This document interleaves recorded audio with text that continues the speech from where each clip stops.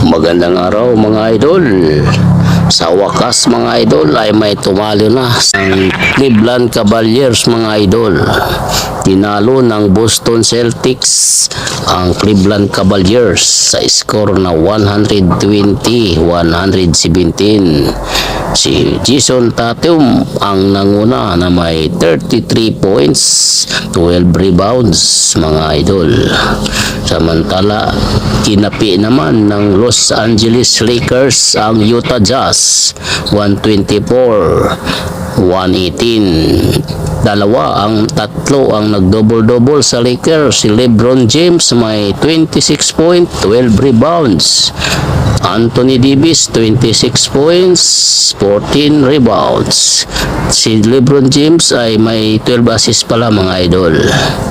At ang kanilang import rookie na si Dalton Kinnick na may 37 points, 15 rebounds mga idol. Matindi pa itong rookie na ito. Dallas Mavericks tinambakan ang New Orleans Pelicans. Wala kasi si Zion Williams mga idol. 31-32-91.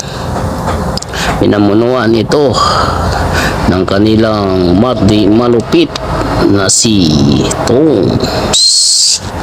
Si Luka Doncic ay may 24 points, Klay Thompson may 19 at si Kyrie Irving 18 points mga idol. Plus San Antonio Spurs tinalo ang Oklahoma City Thunder 110-104.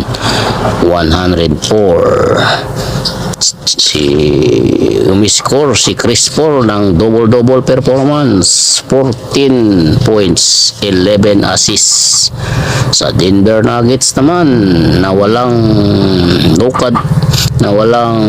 Jokic ay tinalo ang Grizzlies 122-110. Jamal Murray ang umiscore ng 27 points, 6 rebounds. At nag-ambag naman si Chris Porter ng 24 points, 11 rebounds.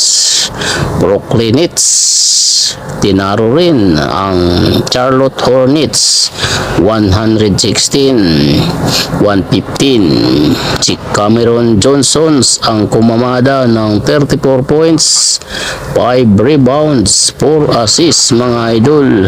Ang Lakers ngayon ay nanatili sa number 3 sa kartadang 10 wins, 4 losses mga idol.